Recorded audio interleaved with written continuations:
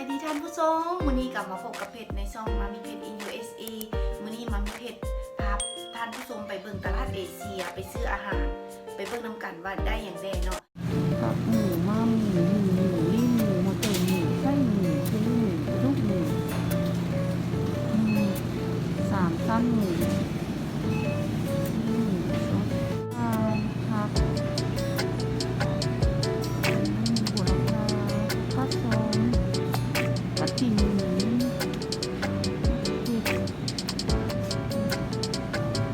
ขาวกะหล่ำมักมีโอ้ยโอ้มักมี11ดอก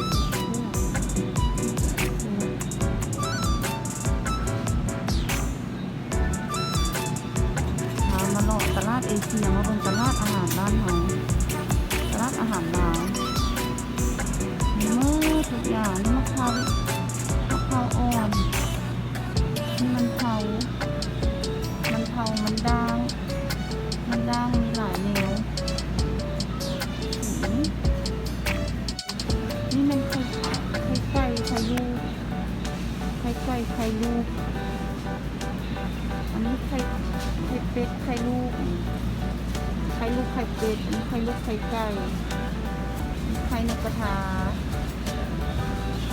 นี่ปลาหมึกแห้งขาแห้งนี่ประเภทของแห้งส่วนกุ้งแห้ง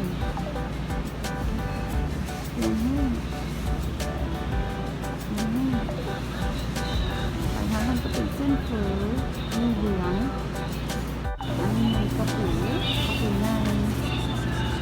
อันนี้กุ้งล็อบสเตอร์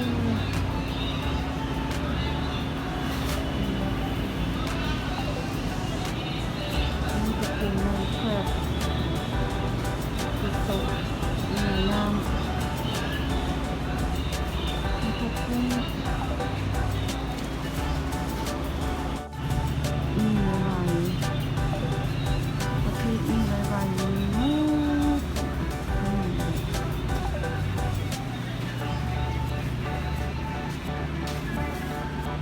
แล้วไม่มีอะไร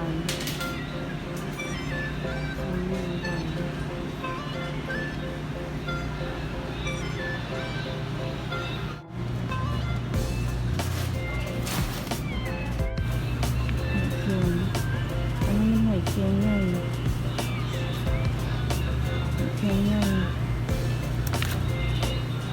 ไส้อั่ว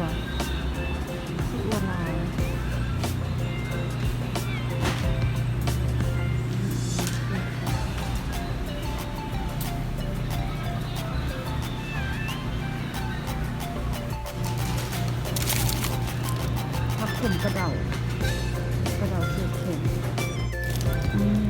ไปเก๋อันนี้มากเคี้ยวมากที่เซอร์อันนี้ฝาปิดเตาฟู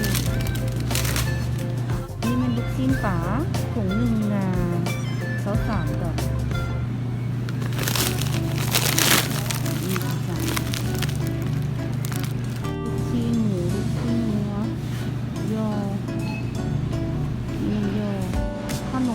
ไก่ดิบๆเราจะมาซื้อข้าวปุ้นแห้ง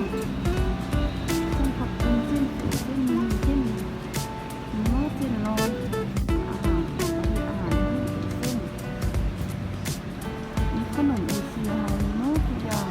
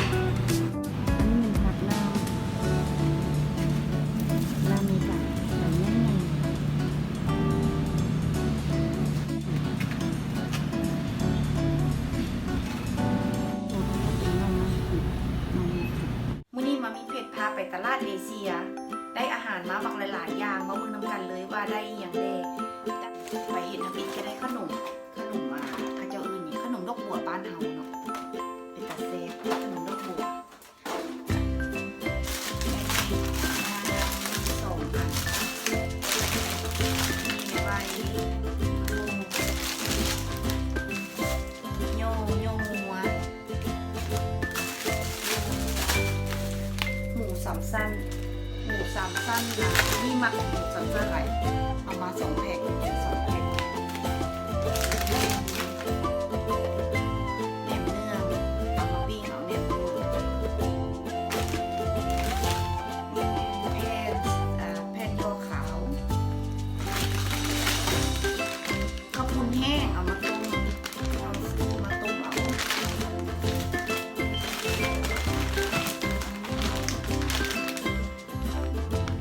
เต้าหู้ปลา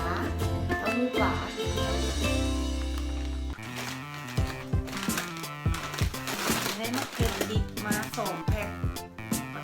หรือมะเขือสดมะเขือสด2 แพ็คซีนขาลายซีนมัวขาลาย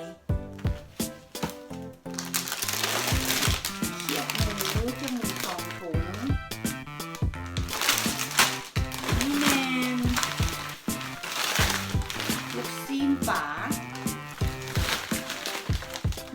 ลาถุงนี้23 ดอลลูกซีนปลาได้ผักหอมลาบปักมิ้นค่ะผักกัดยอมาบักใหญ่ๆผักกัดส้ม2 แพ็ค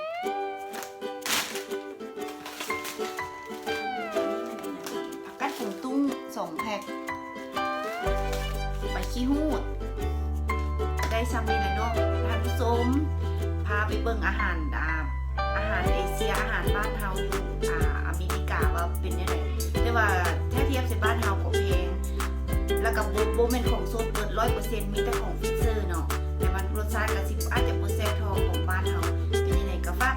ติดตามรับชมมาคลิปต่อไปของช่องมันเป็น USA เป็นกำลังใจให้มามีคลิปต่อไปเด้อขอบใจหลายๆท่านผู้ชมในการติด